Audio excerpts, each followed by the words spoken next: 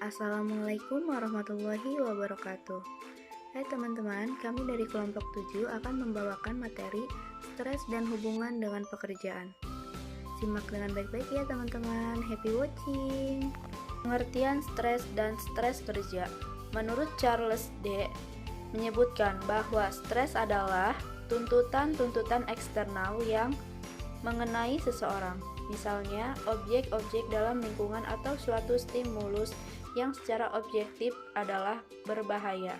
Stres juga bisa diartikan dengan tekanan, ketegangan, atau gangguan yang tidak menyenangkan yang berasal dari luar diri seseorang. Luthas mendefinisikan stres sebagai suatu tanggapan dalam menyesuaikan diri yang dipengaruhi oleh perbedaan individu dan proses psikologis sebagai konsekuensi dari tindakan lingkungan, situasi atau peristiwa yang terlalu banyak mengadakan tuntutan psikologis dan fisik seseorang.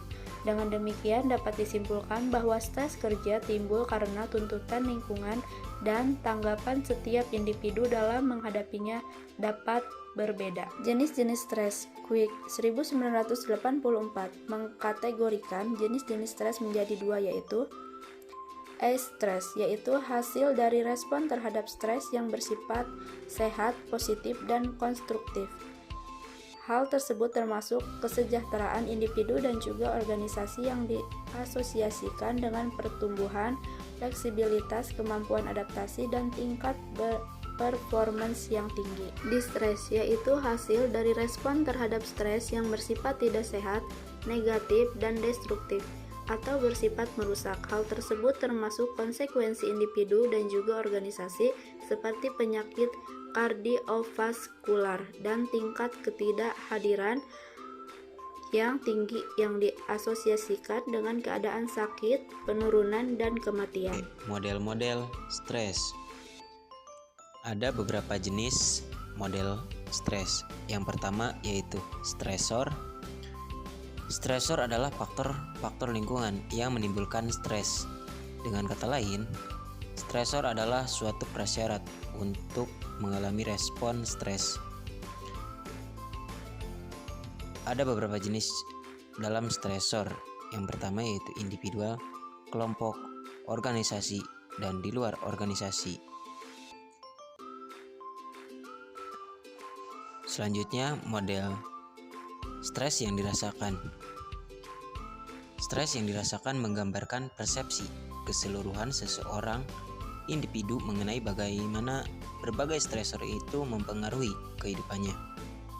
Persepsi terhadap stresor ini merupakan suatu komponen yang penting di dalam proses stres, karena orang menginterpretasikan stresor yang sama secara berlainan. Yang ketiga yaitu model hasil. Para ahli teori menyatakan bahwa stres memiliki konsekuensi atau hasil psikologis yang berkaitan dengan sikap, keperilakuan, kognitif, dan kesehatan fisik. Stres berkaitan secara negatif dengan kepuasan kerja, komitmen organisasional, emosional positif, dan kinerja yang berhubungan secara positif dengan tingkat perputaran yang disebabkan oleh kepenatan. Selanjutnya yang terakhir yaitu perbedaan individual.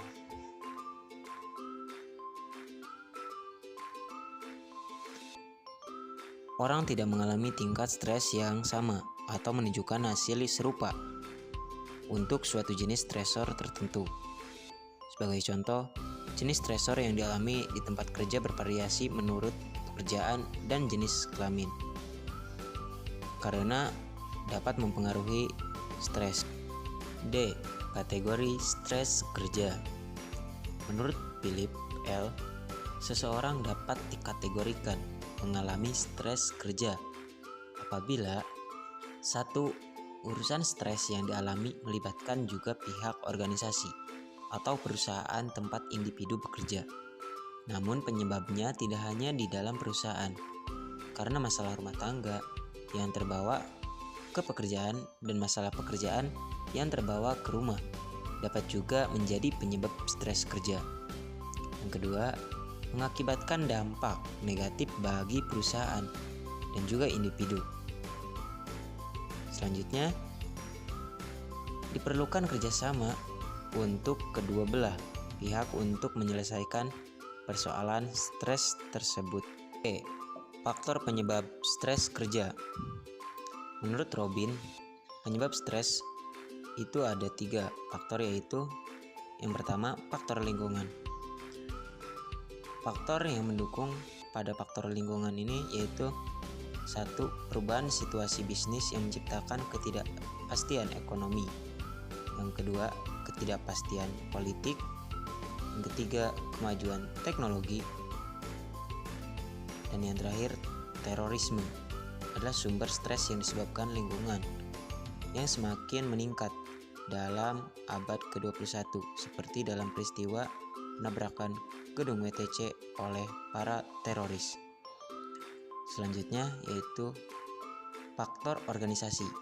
Banyak sekali faktor yang di dalam organisasi yang dapat menimbulkan stres, tekanan untuk menghindari kekeliruan atau menyelesaikan tugas dalam kurun waktu terbatas, beban kerja berlebihan, bos yang menuntut dan tidak peka, serta rekan kerja yang tidak menyenangkan.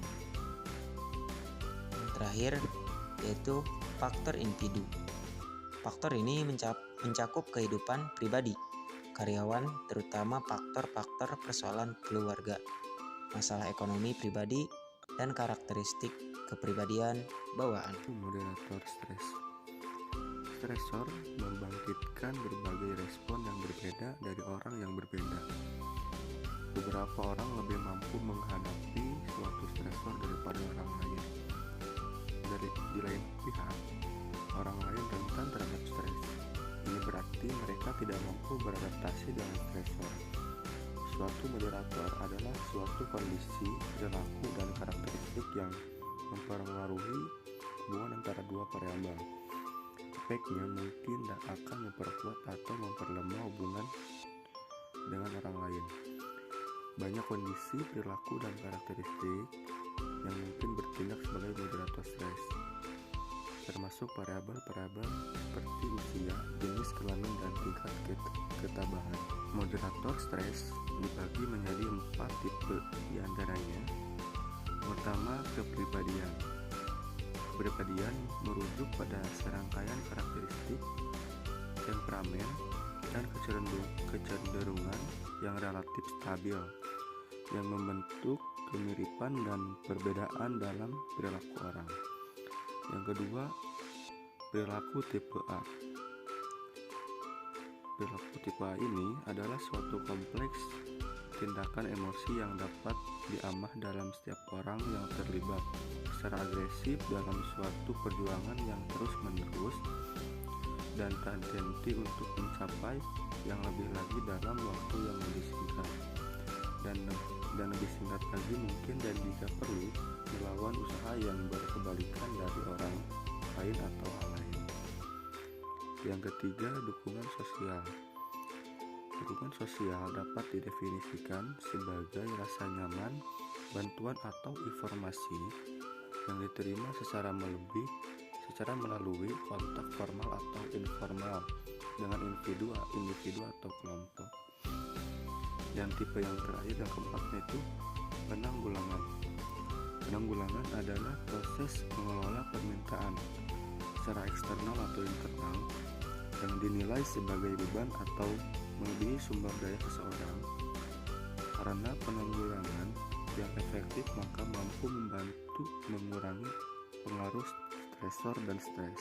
Gejala-gejala dan dampak stres. Danny Bert dan John Newman dalam Rice tahun 1999 mengkaji ulang beberapa kasus stres pekerjaan dan menyimpulkan 3 gejala dari stres pada individu, yaitu 1. Gejala psikologis, 2. Gejala fisiologis, dan yang ketiga yaitu gejala perilaku. Dampak stres. Pada umumnya, stres kerja lebih banyak merugikan diri karyawan maupun perusahaan.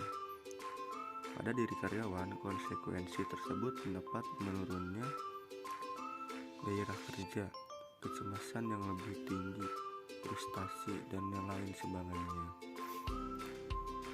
Sedangkan menurut Arnold tahun 1986 menyebutkan bahwa ada 4 konsekuensi yang dapat terjadi akibat stres kerja yang dialami oleh individu, yaitu terganggunya kesehatan fisik, kesehatan psikologis, performance, serta mempengaruhi individu dalam mengambil keputusan.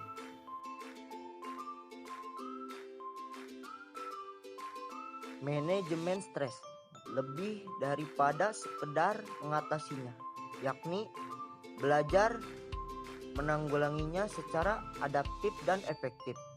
Hampir sama pentingnya untuk mengetahui apa yang tidak boleh dilakukan dan apa yang harus dicoba.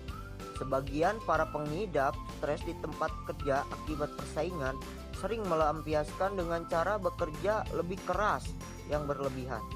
Maka diperlukan pendekatan yang tepat dalam mengelola stres. Ada 2 pendekatan, yaitu pendekatan individu dan pendekatan organisasi. Dalam mengatasi stres terdapat banyak teknik yang dapat dipergunakan untuk pengurangan stres yang terjadi.